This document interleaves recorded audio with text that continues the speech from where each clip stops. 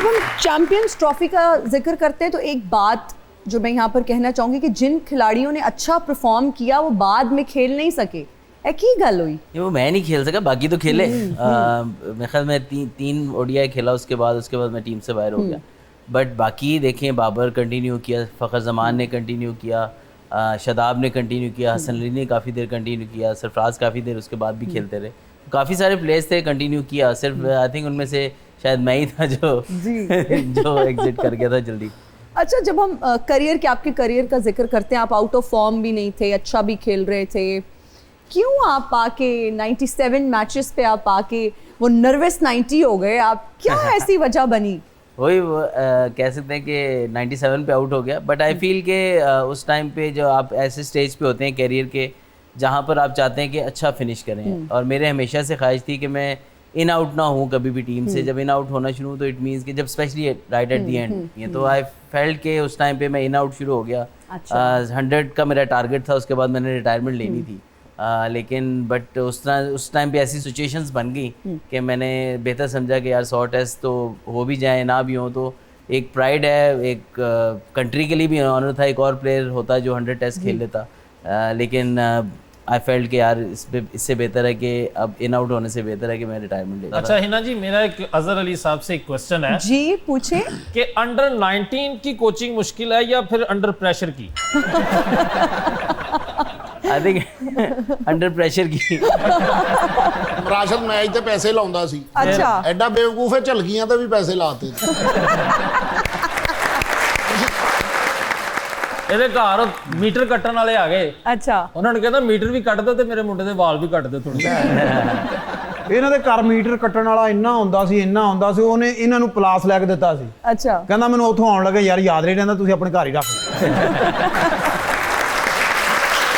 ਪਹਿਲੀ ਬਾਲ ਤੇ ਆਊਟ ਹੋ ਗਿਆ ਜਿੱਥੇ ਮੁਖਾਲਫ ਟੀਮ ਨਹੀਂ ਬੈਠੀ जी, ਉੱਥੇ ਆ ਕੇ ਕਾਲੀ ਸਿਰੀ ਸੁੱਟਿਆ ਹੈ।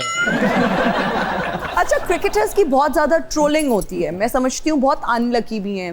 ये एशिया में ही ऐसा होता है कि हम अपने क्रिकेटर से बहुत ज़्यादा मोहब्बत भी करते हैं, बहुत ज़्यादा रिस्पेक्ट प्यार भी मिलता है उनको, उनकी फ़ैन फॉलोइंग बहुत ज़्यादा होती है, लेकिन हल्का सा भी अगर आउट ऑफ फॉर्म हो गया ना एक क्रिकेटर, फिर जो ट्रोलिंग और जो मीम्स बनना शुरू होती हैं, इस कल्चर को आप किस तरह से देखते हैं? ये जो मीम्स का कल्चर है, जो ट्रोलिंग होती है बहुत ज़्यादा, ये असल में इतना कुछ आ गया मीडिया के ऊपर। और अगर आप देखें जो नई जनरेशन आ रही है, और इवन जो भी जिसके हाथ भी फ़ोन है वो ऑल द टाइम इसी पे लगा हुआ है, और इतना इसकी डिमांड हो गई है, तो आई थिंक कि वो जो करंट इशू होता है उसके ऊपर मीम्स शुरू हो जाती हैं। तो आई थिंक कि वो मैं तो फिर भी लकी टाइम पे क्रिकेट खेल के, अब ये जो लड़के जितने खेल रहे हैं या आगे खेलेंगे आगे, उनके लिए बड़ा चैलेंजिंग टाइम है कि ये चीज़ें उनको फेस करनी है, और आई थिंक इसको इग्नोर करना चाहिए।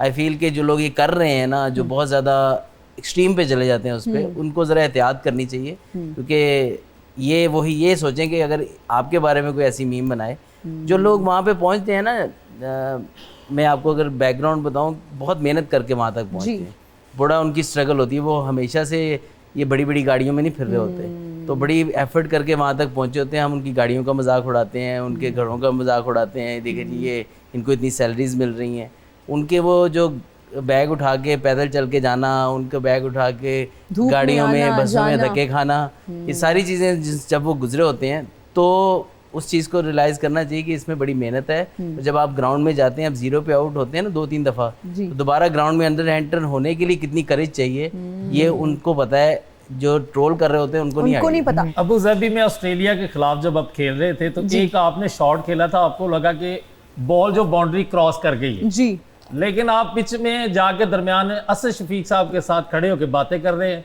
बाद में मिचेल स्टार्क ने वो बॉल फेंक के आपको रन आउट कर दिया। ये वाकया कैसे हुआ?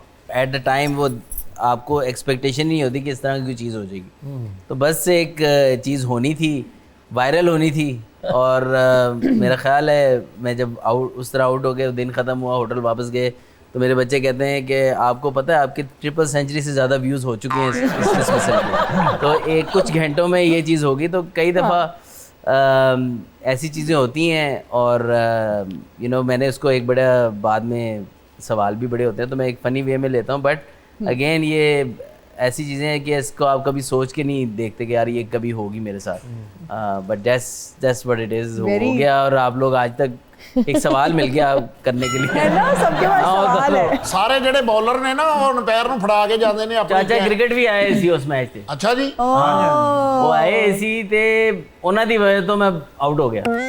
बस फिर आप छुप के ਵਜ੍ਹਾ रहे। ਕਿਉਂ ਵਜ੍ਹਾ ਹੋਈ ਜੀ ਜੀ ਕਿ ਨਾਰਮਲੀ ਅਬੂ ਧਾਬੀ ਦੇ ਵਿੱਚ ਨਾ ਕੋਈ ਮੈਚ ਦੇਖਣ ਨਹੀਂ ਆਂਦਾ ਸੀ वर्किंग डेज। उस दिन को 50 लोग आए सी, अच्छा तो ड्रेसिंग रूम से ना बाबर वगैरह आवाजें लगा रहे थे, चौका नहीं हुआ, हाँ। वो अपना शोर मचाई जा रहे थे। तो उसकी वजह से ना, वरना क्राउड जब नहीं होता ना तो बड़े आराम से आवाज़ अंदर से ड्रेसिंग रूम से अंदर चली जाती है। वो आवाज़ें लगा रहे थे इधर से, वो जो ये अपनी आवाज़ें ऊंची ऊंची करते हैं, तो उस वजह से उनकी आवाज़ दब गई। अगर ये उस दिन ना आए होते, ना शोर होता, तो वो मुझे आवाज़ सही बात है, आप अब छुप के रहे, आप अभी भी आवाज कोई ना लगाइएगा। ਚਲੋ ਅੱਗੇ ਤੋਂ ਜਦੋਂ ਤੁਸੀਂ ਬੈਟਿੰਗ ਕਰੋਗੇ ਨਾ ਮੈਂ ਲੁਕ ਜਾਇਆ ਕਰਾਂਗਾ। ਇਹ ਚਾਚਾ ਪਾਕਿਸਤਾਨੀ ਬੱਚੇ ਕੋ ਚਪੇੜਾ ਖਾਂਦਾ, ਬੱਚੇ ਕਹਿੰਦੇ ਭਾ ਮੁੱਛਾਂ ਪਰਾ ਕਰ ਮੈਂ ਚਪੇੜ ਮਾਰਨੀ। ਇਹਦੀਆਂ ਮੁੱਛਾਂ ਵੱਡੀਆਂ ਨਹੀਂ ਸੀ ਹੋਣੀਆਂ, ਇਹਦਾ ਵੱਡਾ ਮੁੰਡਾ ਮਸਤ ਹੈ, ਇਹਦੀ ਮੁੱਛ ਫੜ ਕੇ ਸੌਂਦਾ। आई थिंक मैं आपको पहले मुबारक दे दूं जी आपकी शादी की। बहुत शुक्रिया, थैंक यू। और सॉरी भी आपकी शादी पे पहुंच नहीं सके। गैर हाजिरी थी आपकी, गैर लेकिन हाजिरी आपकी जरूर थी। फैमिली आई और मुझे बहुत अच्छा लगा।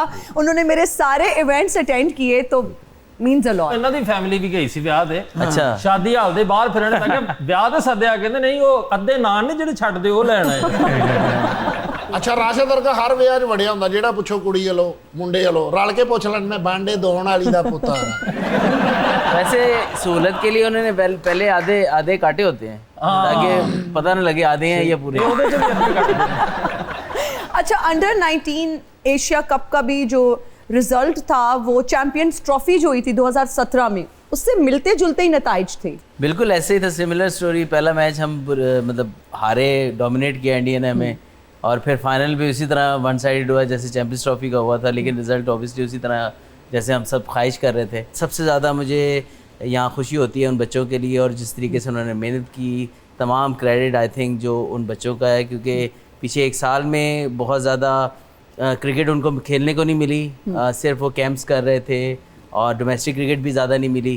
उसके बावजूद जो जिस तरह उन्होंने मेहनत की, जिस तरह उन्होंने, हम जो लोग उनके साथ काम कर रहे थे, जिस तरह उन्होंने हमारी बातों को सुना, उसको अपने गेम के अंदर लेके आए, फिटनेस पे बहुत ज़्यादा काम किया। फिर फील्डिंग के ऊपर अगर आप देखें तो बहुत ही ज़बरदस्त कैचेज़ आपको देखने को मिल रहे हैं, टीम जेल नज़र आ रही है।